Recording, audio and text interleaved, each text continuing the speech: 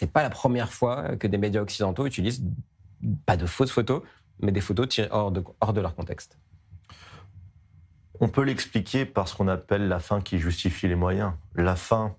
La faim justifie la famine. Voilà. Et effectivement, la faim justifie la faim,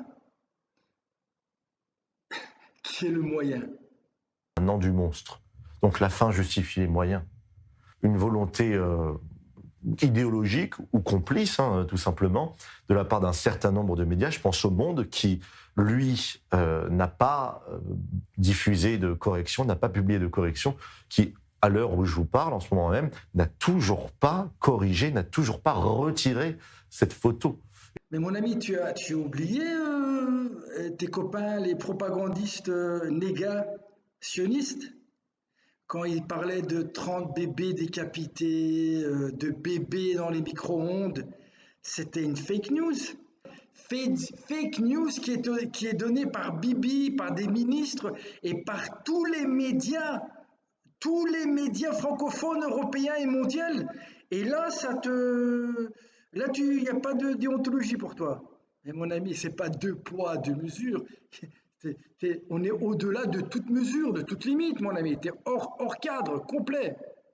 Avec une polémique concernant une jeune Palestinienne de Gaza réfugiée en France et qui avait obtenu une bourse pour aller étudier à Sciences Po Lille.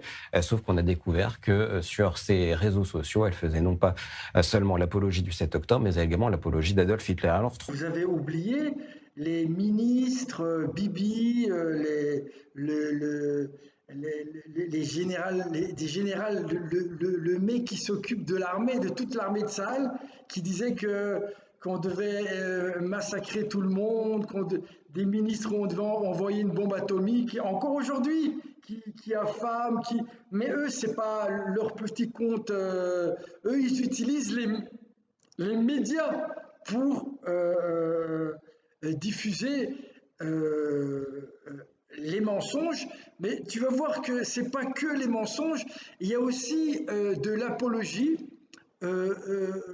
hitlérienne de la part de Bibi. Hitler didn't want to exterminate the Jews at the time, he wanted to expel the Jews. And Khaja Amin al-Husseini went to Hitler and said, if you expel them, they'll all come here. So what should I do with them? He asked. He said, burn them. Cette vidéo est en train de ressurgir, de faire le buzz du fait du conflit Israël-Hamas. Or, elle pose problème. On va d'abord commencer par voir ce qui est vrai, c'est-à-dire pas grand-chose. Ces vidéos ont été enregistrées dans une école préparatoire pour l'armée pour jeunes religieux, l'école Bnei David de l'implantation d'Élie en Cisjordanie. On y voit des rabbins en plein cours affirmer que le peuple juif est une race supérieure. Oui, nous sommes racistes. Nous croyons au racisme. Il y a des races dans le monde et des caractéristiques génétiques propres aux nations, ce qui signifie qu'on doit essayer de les aider. Les Juifs sont une race qui réussit. Un autre rabbin éducateur affirme, lui, qu'Hitler avait raison. Commençons par nous demander si Hitler avait raison. C'était la personne la plus lucide qui n'ait jamais existé. Il avait raison dans chacun de ses mots. Il était juste du mauvais côté. Selon lui, le raisonnement d'Hitler était le bon, il s'est juste trompé sur la race supérieure. C'est drôle ça. Est-ce qu'eux, ils ont été expulsés ou renvoyés? Il y a un triple scandale en fait dans cette histoire. Le premier scandale, c'est comment une Gazaoui arrive en France. Pourquoi des Gazaouis arrivent en France? Explique-moi, s'ils ne peuvent pas aller en France, donc ils ne peuvent pas aller aussi dans les autres pays, s'ils ne peuvent pas sortir de Gaza et tu continues à ne pas faire rentrer de la nourriture et bien sûr à bombarder de manière assez régulière, en fait tu es en train de dire quoi? Tu veux les laisser dans un ghetto, tu vois? Et si jamais ils sortent et elle est un petit peu énervée et elle a le même discours qu'ont eu des ministres, Bibi et tous les médias, et encore aujourd'hui 90% de la population israélienne, c'est-à-dire qu'ils veulent éliminer les Gazaouis. Et regarde un peu les comptes israéliens, le nombre d'Israéliens qui les traitent de nazis et qui veulent aussi les pendre. Enfin, c'est un minimum, parce que là, plus que ça, génocide plus famine, je sais pas ce que tu veux de plus entre nous. Deuxième scandale, comment cette femme obtient-elle une bourse? L'argent des Français. Comment tu as pu, toi, faire des études en sciences politiques? Toi qui es un petit sioniste, c'est-à-dire, d'après nous qui habitons à Mea Sharim, c'est-à-dire les religieux, tu es un nazi pour nous. Comment la France accueille-t-elle un propagandiste négationniste, négationniste dans tous les sens du terme? Du Hamas, elle est affiliée au Hamas et elle diffuse des vidéos et des photos sur Twitter à la gloire de Cheikh Yassine, du Hamas, en effet à la gloire des terroristes et à la gloire d'Adolf Hitler. Donc on est là vraiment dans la synthèse paroxystique de l'absurdie que connaît la France maintenant depuis des années, même des décennies, mais là on est vraiment dans l'incarnation la plus caricaturale, quoi. Et c'est Seulement on t'a fait rentrer, non seulement on t'a payé tes études, mais en l'argent des Français. plus, tu continues à faire l'apologie de ce qui se passe actuellement en Israël, c'est-à-dire un génocide et une famine, encore aujourd'hui. L'argent des Français. Et tu es invité sur tous les plateaux des négationnistes, oui, des négationnistes, des négationnistes comme toi.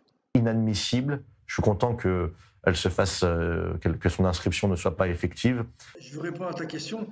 Combien y a-t-il de négationnistes? En Israël, on peut dire plus de 99%, et en France, je crois que c'est la totalité. Vous êtes tous des sionistes, des négationnistes. Et pour les religieux, et pas que pour les religieux, pour ceux tous les livres dans lesquels tous les religieux étudient, à part depuis qu'on a créé cette abomination qu'est l'État d'Israël, tous, de manière unanime, considéraient le sionisme comme la bête elle-même, c'est-à-dire la religion du Satan, du Samermen. Je veux répondre à ta question. Combien y a-t-il de négationnistes? En Israël, on peut dire plus de 99%, et en France, je crois que c'est la totalité. Vous êtes tous des sionistes, des négationnistes. Et pour les religieux, et pas que pour les religieux, pour ceux tous les livres dans lesquels tous les religieux étudient, à part depuis qu'on a créé cette abomination qu'est l'État d'Israël, tous, de manière unanime, considéraient le sionisme comme la bête elle-même, c'est-à-dire la religion du Satan, du Samermen. L'argent des Français. Rav Kenievski, je ne sais pas si tu connais, qui est le Gadol Hador, il disait que peut-être qu'à la fin, il ne restera qu'un petit reste du Ham Israël. Et tu sais combien il parlait? Il disait 12 000. Il y a 12 000 vrais juifs. Tous les autres, vous avez été enfermés. Et en plus, tous les prophètes et tous les sages vous ont averti qu'à la fin des temps, il y allait y avoir le Erev Rav, et donc Amalek qui allait gouverner Israël, et que vous alliez tous tomber dans cette clipa, dans cette idolâtrie. Et tu es en plein dedans. On n'a qu'à voir les pays qui vous reconnaissent, l'Ukraine. C'est ceux qui tuaient les Juifs, parce que ce n'étaient pas les Allemands, ils n'étaient pas assez cruels, c'était les Ukrainiens et la Pologne. Donc ces pays-là, qui sont des pays d'extrême droite, c'est ces pays-là qui aujourd'hui reconnaissent l'État sioniste. Négationniste, négationiste. Vous êtes des petits nazis. Clairement, des petits nazis, mais on est encore au début du nazisme. Là, on est au début, tu vois, comme ça a commencé tu vois, c'est 40-45, ça a commencé en 35, 36, avant d'arriver en 40, tu vois. Là, ils avaient déjà commencé à faire des petits ghettos, à affamer les juifs, on commençait déjà à les exterminer. Là, s'il n'y aurait pas les goïms pour vous arrêter, c'est-à-dire les nations, vous auriez massacré tout le monde, pas que à Gaza. L'argent des Français. L'argent des Français.